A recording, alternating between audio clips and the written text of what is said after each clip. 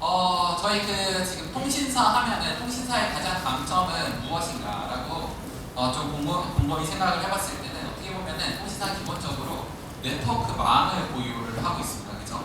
여기 계신 모든 분들이 어떻게 보면 여기에서 와이파이를 연결해서 노트북을 쓰고 계시고 혹은 스마트폰에서 5G나 LTE를 통해서 어떤 데이터 서비스를 활용을 하고 계시는데 그러한 데이터 서비스나 이런 것들을 다 가능하게 하기 위한 그런 망을 통신사는 보유를 하고 있죠.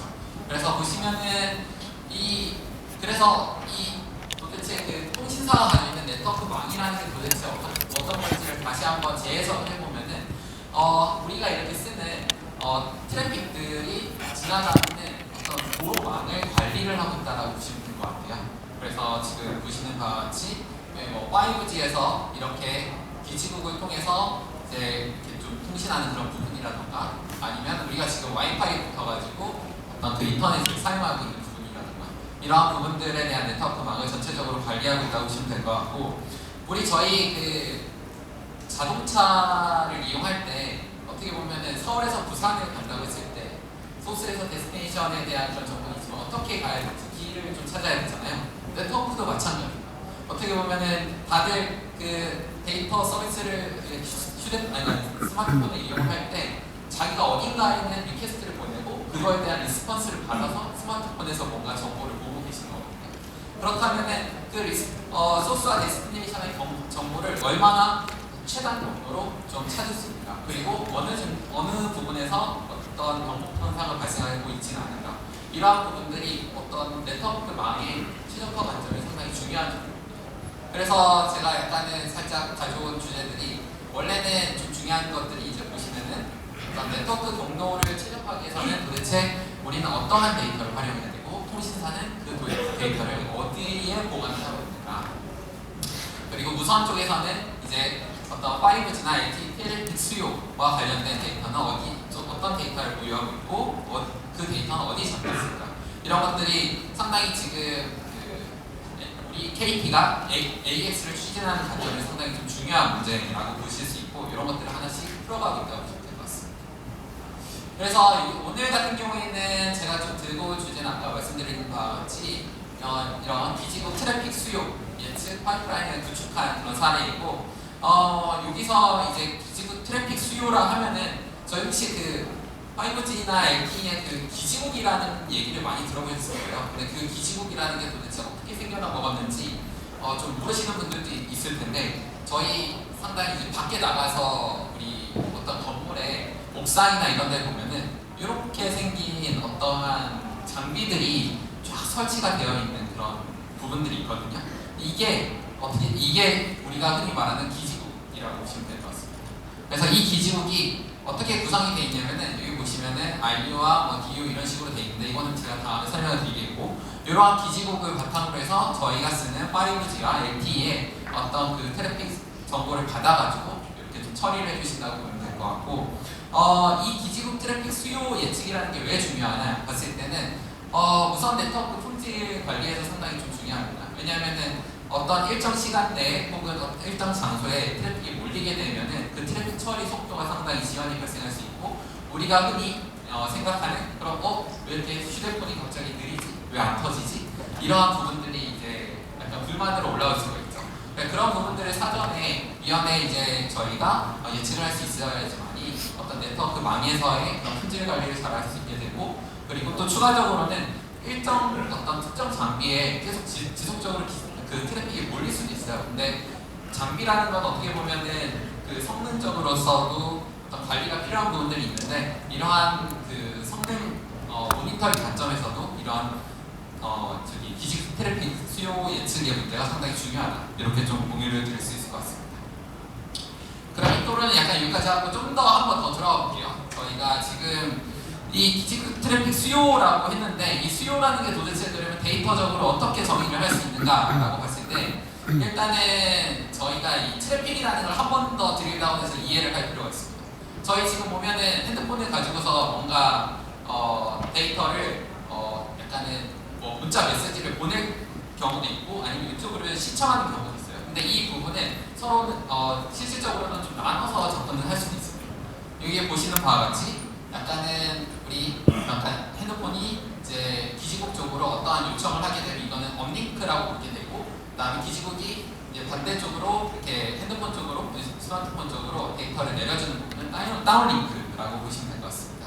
그래서 기존에 그러면 우리가 쓸 때 네트워크 품질이라는 거는 좀 기본적으로 어디에 약간은 초점이 맞춰 있었냐면은 이 다운링크에 대한 품질에 상당히 좀 포커싱이 맞춰 있었습니다. 그래서 유튜브를 뭐 약간은 이렇게 틀었을 때 얼마나 속도 지연이 발생하지 않는가 이런 부분들은 다 다운링크 쪽에 속하게 되고, 근데 저희가 이렇게 지금 현장에서 뭐 사진을 찍어서 만약에 뭐 지인 방이나 혹은 뭐 단체방에 사진을 공유한다 이랬을 때 영향을 주는 거는 업링크의 품질이라고 좀 보시면 될 것 같습니다. 그렇다면 이제 기지국 트래픽 수요라는 거는 결국에는 다시 풀어서 얘기하면은 이렇게 업링크 수요와 다운링크 수요를 종합적으로 얘기한 걸 말씀드릴 수 있고, 아까 전에 저희가 이렇게 아까 좀 건물마다 보면 옥상에 이렇게 기지국이 설치되어 있다고 설명을 드렸었는데, 그 기지국이 크게 보면 두 파트로 구성이 되어 있어요. 일단은 트래픽의 송소시는 좀 받는 부분이 필요하겠죠. 그래서 받는 부분이 결국에는 이 라디오 유닛이라는 그런 부분이라고 보시면 될 것 같고, 이 라디오 유닛 쪽에서 그 트래픽을 받아요. 그럼 이거를 그럼 어딘가는 딱 최적화된 경로로 쭉 보내줘야 되잖아요.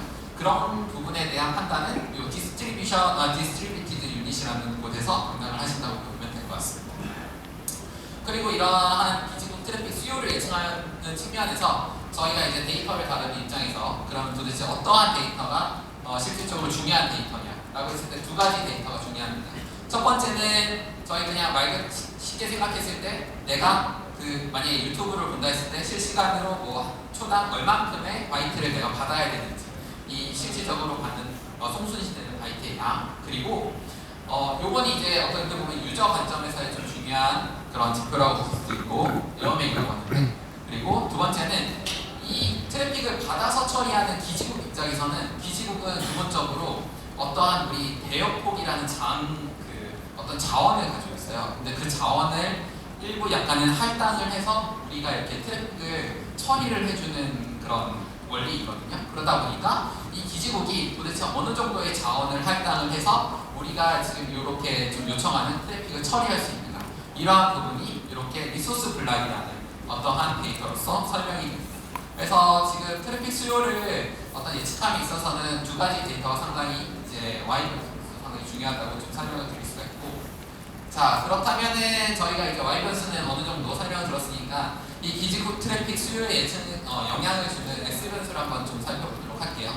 근데 이 X 변수는 다들 좀 쉽게 생각해 보실 수 있는 부분들이 트래픽 수요라는 것 자체는 반대로 얘기하면 사람들이 스마트폰을 사용하는 행태와 상당히 연관이 있다고 보실 수 있어요. 그죠?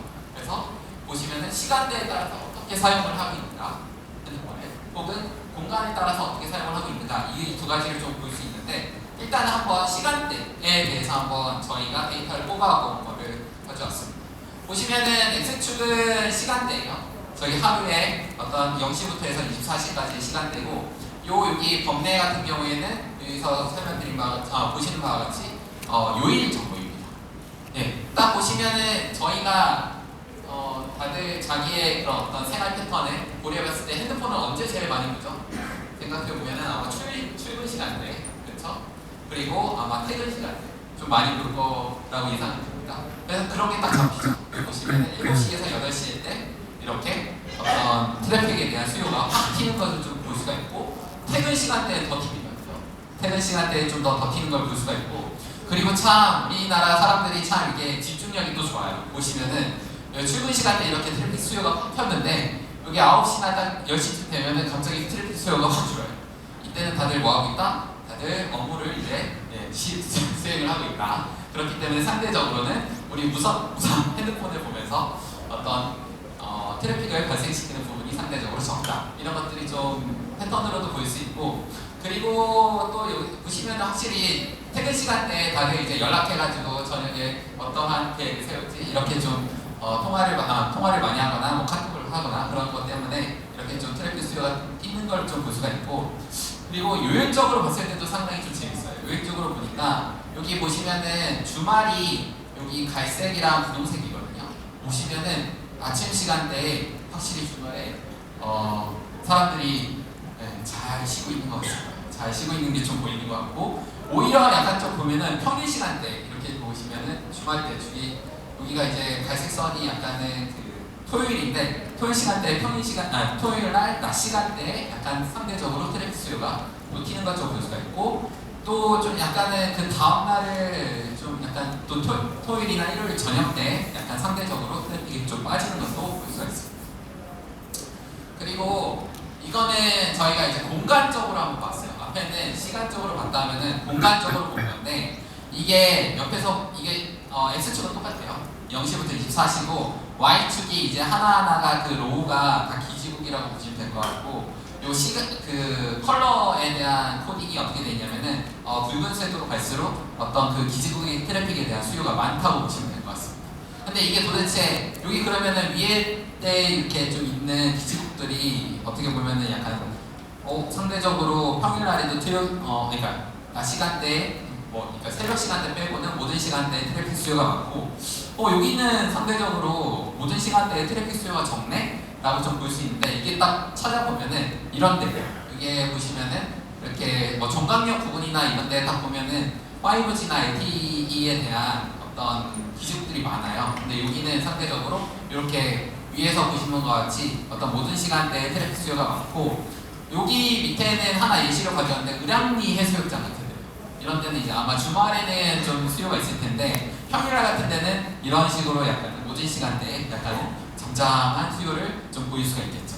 이런 것처럼 약간 기지국 트래픽 수요 자체는 앞서 보신 바와 같이 약간 시간적인 그런 특징, 그리고 공간적인 특징에 대한 영향을 많이 받습니다. 자, 그리고 또 하나 영향을 받는 거는 이러한 대표적인 이벤트에 영향을 많이 좀 받습니다. 그래서 저희 주말마다 대규모 집회가 있다거나 혹은 어떤 대규모 콘서트가 있을 때, 이럴 때는 그 통신사들이 기존에 설치해놓은 그런 어떤 기지국만으로는 트래픽을 커버를 할 수가 없어요. 그렇기 때문에 이렇게 이동 기지국이나 단위 기지국들을 이제 임시적으로 설치를 해가지고 여러분들의 어떤 트래픽 수요를 처리해준다고 보시면 될 것 같습니다. 예, 보시면 이제 어떻게 보면 X 변수들에 대해서 주로 다 살펴를 봤는데, 이런 것들을 이제 종합적으로 봤을 때는 저희가 이제 피처 엔지니어링 측면에서는 결국에 X 변수를 만드는 부분인데, 이 X 변수를 만드는 부분에 대해서는 시간적인 특징, 아까 말씀드린 것처럼, 그리고 공간적인 특징, 그리고 이벤트 변수, 그리고 이게 시계열적인 데이터이기 때문에 레그 변수를 이렇게 활용한다고 보시면 될 것 같고, 모델은 솔직히 이건 선택의 문제이긴 한데 저희는 기본적으로 약간은 피처 엔지니어링에 좀 비중을 많이 두는 편이긴 해요. 데이터를 실질적으로 보면서 이해를 해야 되는 그런 부분을 좀 가치를 많이 두는데, 그러다 보니까 주로 약간은 모델 해석력이나 빠른 학습 시간, 그러니까 학습을 할 수 있는 ML 모델 우선적으로 좀 고려를 하고 있고, 그러나 저희가 GPU 자원이 없어서 그렇습니까? 그쵸? DL 모델도 충분히 좀 활용을 하고 있는 부분이라고 보시면 될 것 같습니다. 그리고 모델 학습 부분은 솔직히 리그레션 문제이다 보니까 약간은 MSE라던가 RMSE, MAE 정도의 그런 지표들을 많이 활용을 하고 있고, 좀 저희가 중요하게 생각하는 게 이런 부분이긴 합니다. 모니터링. 여기 보시면은 기본적으로 그 데이터베이스의 이제 솔루션을 활용하게 되면은 어떤 그 매트릭 기반의 드리프트 이런 부분들이 상당히 좀 잘 캐치가 되는데, 또 하나 또 중요한 거는 뭐냐면은 저희 입수되는 데이터 자체의 분포가 좀 바뀔 때도 있어요. 예를 들어서 우리 대규모 아파트 단지가 좀 개설이 이렇게 오픈이 된다고 했을 때, 그 지역은 대규모 아파트 단지가 오픈되기 전에는 약간의 잠잠한 수요를 보이다가 갑자기 입주가 시작되면은 갑자기 폭발적인 수요를 바뀌어요. 이럴 때는 그 지역에서 발생하는 데이터의 분포 자체가 완전히 시프팅 되는 거거든요. 이러한 부분에 대한 어떤 모니터링, 이런 부분도 상당히 중요하다. 그래서 이렇게 좀 정리를 할 수가 있었고, 자, 그렇다면은 이제 앞에서는 저희가 이제 좀 그 KT에서 푸는 문제에 대한 약간 설명을 드렸다면, 지금은 우리가 여기 데이터베이스 행사니까 데이터베이스 파이프라인을 어떻게 좀 구성을 했는지 말씀을 드리도록 하겠습니다. 예, 그 데이터베이스에서 이렇게 MLOps 플로우에 대한 레코멘데이션 그 스트럭처가 있어요. 근데 여기서는 보시면은 딱 우리 ML 엔지니어 분들이나 개발자 분들은 상당히 친숙한 구조입니다. 라고 보시면 될 것 같아요. 보시면은 디벨로먼트 워크스페이스가 있고, 그 다음에 CI를 할 수 있는 어떤 스테이징 워크스페이스가 있고, 그 다음에 디플로이드에서 프로덕션 워크스페이스 이렇게 구성이 되어 있고, 여기 보시면은 위에 이 Git을 통해서 여기 잘 안 보이시긴 하지만 대부 파이프라인을 통해서 일단은 어느 정도는 그 코드가 학습이나 아니면 전처리, 모델링 이런 코드가 올라가게 되고, 이게 메인으로 머지가 되면서 한번 CI를 타고, 그 다음에 이게 릴리즈 브랜치, CI 이후에 릴리즈 브랜치로 가가지고 디플로이가 되는 이러한 구조를 데이터브릭스는 상당히 좀 좋은 구조다라고 해서 레코멘드를 하고 있는데, 그 이유는 뭐냐면은 이러한 모델링을 할 때 약간의 제약 조건이 있을 수 있어요. 보시면은 프로덕션 환경에서 약간은 그 데이터에 대한 접근 권한들이 상당히 좀 다를 수가 있어요. 이럴 경우에는 모델 배포보다는 코드 배포를 통해서 MLOps 플로우를 가져가는 게 좋다라는 부분들이 있었고, 네, 그리고 이제 이게 학습 코드 기반으로 이제 좀 디플로이가 되는 구조이기 때문에 좀 더 안정적인 모델 학습 혹은 재학습 프로세스를 가져갈 수 있다라는 측면에서 좀 공의를 제안을 했었고, 그렇다면은 저희 KT에서는 어떻게 지금 구성을 하고 있냐? 거의 앞에랑 동일하게 구성을 하고 있습니다. 근데 저희가 지금 좀 중요시하는 부분은 모델에 대한 어떤 아까 전에 데이터 드리프트도 있고 모델 매트릭에 대한 드리프트를 기반으로 해서 리트레이닝하는 프로세스를 상당히 좀 중점적으로 구축을 하려고 하고 있기 때문에 저희 이제 ML 엔지니어 분들이랑 약간은 좀 서로 소통을 통해서, 저는 이제 데이터 사이언티스트 조직을 이끌고 있습니다. 데이터 사이언티스트들이 요 리트레이닝 프로세스를 좀 더 가져가기 위해서 좀 권한을 좀 확대를 해달라. 보통은 스테이징까지는 그러니까 대부 쪽에 데이터 사이언티스트들의 권한을 넣어주지만 스테이징까지는 또 안 넣어주기도 하거든요. 근데 저희는 약간 리트레이닝 프로세스까지 구축을 하는 거를 좀 더 좀 더 이렇게 드라이브를 걸기 위해서 DS들이 약간은 스테이징 단계에서도 이런 리트레이닝 프로세스가 실질적으로 돌아가는지 이런 부분들을 좀 같이 구축할 수 있게 해달라. 그래서 이렇게 좀 가져가는 부분들이 있고, 근데 다들 아시겠지만은 이게 코드를 기반으로 배포를 했을 때 데이터베이스는 모든 것들이 잘 갖춰져 있어요. 그러니까 어떤 보면은 기반적인 그런 솔루션들은 잘 갖춰져 있는데, 결국에는 이 코드 배포를 하기 위해서 이 코드 체계를 어떻게 가져갈 것이냐는 각각의 그 회사의 상황에 맞게끔 좀 풀어야 되는 그런 문제들이 있습니다. 그럼 도대체 저희는 그럼 어떻게 좀 풀었냐? 이거는 뭐 베스트 프랙티스라고 볼 수는 없지만 더 잘하는 데가 있을 수 있기 때문에, 근데 적어도 저희는 이렇게 코드 체계를 좀 가져가 보고 있습니다. 그래서 보시면은 기본적으로는 트레이너, 디플로이어, 테스트, 그다음에 브로커, 모니터 이런 식으로 약간 파이썬 스크립트를 이제 그 MLOps 워크플로우 단위별로 구성을 했고, 이 트레이너나 브로커 같은 경우에는 이렇게 좀 기본적으로 코어라는 안에 또 내부 이제 폴더 체계를 둬서 그 안에서 이제 프리프로세서나 러너, 이벨리에이터, 애널라이저를 좀 구성하는 구조로 좀 갔었고, 그 다음에 이게 그 코드 배포를 할 때는 솔직히 나중에 플리 테스트를 해보면은 검토하시는 분은 아시겠지만은 어떠한 변경 사항들이 혹은 이 배포되는 코드가 어떠한 성격을 가지고 있는지 좀 한눈에 좀 보는 게 좀 좋긴 해요. 이러한 구조를 저희는 일단 컴피그로 다 빼가지고 이렇게 컴피그해서 좀 가져갈 수 있도록 구성된 부분이 있고, 그리고 데이터베이스에 보면은 에셋 여기 있다.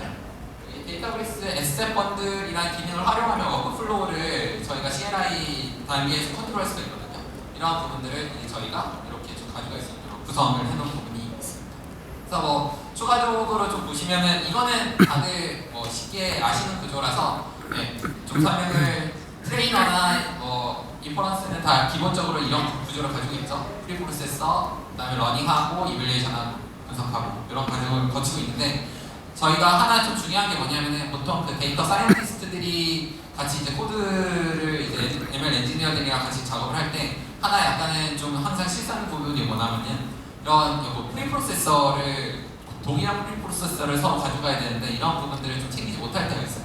그래서 저희는 이 프리프로세서를 아까 전에 여기 보시면은 이렇게 펑션스라는 걸 하나 더 가지고 공통의 프리프로세서를 이제 가져갈 수 있는 코드 체계로 일단은 좀 구축해 놓고 가고 있고, 그 다음에 아까 살짝 설명을 드렸듯이 이런 모니터링에 대한 워크플로우를 상당히 좀 중요시 해야 가져가려고 하기 때문에 좀 실질적으로 이 코드를 만들 때에도 이 모델 드리프트를 이제 좀 구현해야 되는 그러한 템플릿을 함수를 먼저 구현을 해놓고 실질적으로 커스텀하게 작성하는 거를 이제 머스트하게 가져가는 부분들을 만들어놨습니다. 그리고 또 데이터베이스가 좋은 게 뭐냐면은 이게 데이터베이스의 전형 변수를 활용을 하면은 리트레이는 잡을 또 트리거링 할 수가 있더라고요. 그래서 이러한 부분들을 좀 같이 또 데이터베이스의 기능을 활용해가지고 모니터링 결과를 통해서 어떤 리트레이닝이 들어갈 수 있도록 이렇게 좀 준비를 해놓고 가고 있다고 보시면 되겠습니다. 그리고 이거는 실질적으로 한번 저희가 이제 좀 적용을 해서 돌려보고 있는 단계이긴 한데, 여기 보시면은 이게 파란색이 모델에 대한 파란색이 약간 실제로 들어오는 어떤 트래픽 수요에 대한 양이라고 보시면 될 것 같고, 여기 보시면은 노란색이 이제 프레디키드 된 밸류인데, 여기 보시면 이런 때 상대적으로 프레디션 값들이 상당히 튀는 걸 좀 볼 수가 있어요. 이런 것들을 당연히 이제 어떤 드리프트를 체크하는 그런 부분 매트릭을 만들어가지고 이렇게 따로 이제 모니터링을 할 수가 있고, 근데 이렇게 모니터링을 해놓으면은 이제 또 하나 저희 데이터 사이언티스트들이 또 의사결정을 해야 되는 부분들이 있는데, 이 모델의 드리프트가 어느 정도 스레시홀드 이상으로 해서 한 번 발생을 했다. 근데 이 딱 한 번 발생할 때마다 계속 리트레이닝을 한다 하면 상당히 약간 코스트가 많이 좀 들 수 있는 리트레이닝 펄러시가 될 수 있어요. 근데 이러한 부분들 우리가 내부적으로 어떻게 펄러시를 좀 가져와서 좀 실질적으로 적용할 것이다. 이것 또한 좀 어떻게 보면은 리트레이닝 프로세스를 도입할 때 또 풀어야 되는 중요한 이슈라고 보시면 될 것 같습니다.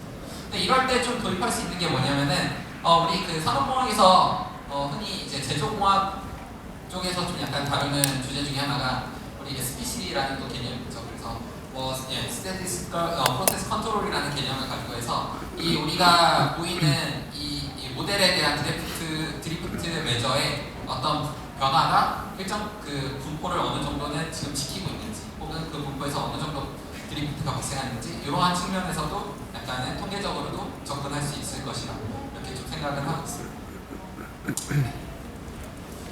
그래서 전체적으로 한번 랩업을 하게 되면은 기존에 저도 지금 KT에 이제 이직한 지가 그렇게 길진 않았어요. 근데 이전에 직장에서 좀 약간 ML 모델들을 만들 때를 보면은 기존에 그때는 코드 기반으로 모델을 만들어서, 그러니까 코드를 배포해가지고 이렇게 좀 MLOps를 돌린 적은 없었던 것 같아요. 보시면 다 아시겠지만은 데이터 사이언티스트들이 다 노트북 하나씩 들고 있고, 거기 안에서 자기만의 어떤 피처 엔지니어링이나 모델 학습을 해서 모델이 나왔다. 그럼 이 모델을 어딘가 레지스트리에 등록을 하고, 그 다음에 등록했어요. 그러면은 이게 제 커런트 모델이에요 라는 태그까지 바뀌면은 그거를 나중에 백엔드나 이런 데서 가서 가져가서 이제 API를 쓰던가, 이러한 부분들이 기존에 저 또한 약간의 경험을 했었고, 아마 많은 회사들이 좀 지금 현재 가지고 있는 모델이 아닌가 싶긴 합니다. 근데 이렇게 관리를 하다 보면은 이제 가끔씩 약간 문제는 있긴 했었어요. 모델이 약간은 배포가 됐는데 이상하다. 얘 당연히 만들 때는 문제가 없었는데 나중에 적용할 때 보니까 왜 이렇게 성능이 좀 안 좋아지지? 이래서 다시 롤백을 한다던가 이런 부분들도 있었고 하긴 했는데, 이번에 저도 이렇게 데이터베이스에 이렇게 좀 가이드 주는 이렇게 좀 코드 기반의 어떤 배포를 바탕으로 MLOps 체계를 좀 만들고 나니까 상당히 그런 부분에 대한 좀 걱정은 좀 많이 줄어든 것 같다라는 측면이 있는 거고, 근데 또 모르겠어요. 한번 좀 적용해서 돌려봤을 때는 또 어떠한 또 문제들이 봉착할지 모르겠지만 일단 한번 이렇게 가고 있다라고 보시면 될 것 같습니다. 그래서 아까 말씀드린 대로 저희가 이렇게 코드, 솔직히 데이터베이스는 다 이 모든 MLOps 체계를 잘 구동될 수 있도록 모든 이제 솔루션적으로 서포트를 하고 있지만, 실질적으로 이 코드 기반의 MLOps 체계를 가져가기 위해서는 아마 회사 자체적으로 이러한 코드 체계를 잡는 게 좀 중요하고, 저희 같은 경우에는 아까 말씀드린 대로 이렇게 좀 3가지 정도 좀 포인트를 고려를 해서 코드 체계를 잡아가고 있다. 이렇게 좀 말씀을 드릴 수 있을 것 같습니다. 그래서 다시 보면은 아까 전처럼 이제 데이터 사이언티스트들이 좀 흔히 약간 좀 실수를 많이 하는 어떤 어떤 트레이닝 리퍼런스 과정에서 공통으로 적용돼야 되는 모델을 별도로 관리를 한다든지, 혹은 여기 이제 모델 코드를 기반으로 해서 관리를 하기 때문에 이 코드가 배포될 때 전반적으로 어떠한 부분들이 약간의 이전에 배포됐던 NL 플로우가 다른가라는 측면에서는 컨피그 쪽을 좀 저희가 따로 설계를 해서 관리를 하는 부분, 그리고 마지막으로는 여기 특히라도 저희처럼 약간의 데이터 변동성이 큰 경우에는 확실히 이 모니터링 체계를 잘 갖추고 리트레이닝 체계를 잘 갖추는 것이 상당히 중요하기 때문에 이러한 부분들을 또한 좀 가져가는 부분, 이 부분이 상당히 저희 쪽에서는 중요했다, 이렇게 좀 공유를 드릴 수 있을 것 같습니다. 네, 어떻게 보면 좀 쉴 새 없이 약간 좀 달라오긴 했었는데, 저희 KT가 좀 어떻게 보면 그동안은 이렇게 자체적으로 모델을 만들고 자체적으로 이렇게 좀 서빙하고 이러한 경험들이 상당히 좀 약했어요. 근데 저희 이전, 그러니까 작년부터 시작해가지고 이런 우리 내부적으로 MS와 또 뭐 손도 잡고 데이터를 기스와 손도 잡고 이렇게 하면서 이런 이전에 그러니까 그 자체적인 어떤 개발 그리고 운영 능력을 좀 키워갈 수 있도록 작년부터 이렇게 쭉 이렇게 드라이브를 많이 걸고 있고, 조금씩 이제 이렇게 변화를 해 나간다고 보시면 될 것 같습니다. 네. 그래서 앞으로도 저희가 좀 KT에서 많은 사례를 좀 AX 주심 측면에서 많은 사례를 좀 가져와가지고 여러분들한테 이렇게 좀 공유할 수 있는 세션 많이 만들도록 하겠습니다. 저희 발표는 여기까지입니다. 이렇게 좀 잘 들어주셔서 감사하고 저는 이제 물러나가도록 하겠습니다. 네, 감사합니다.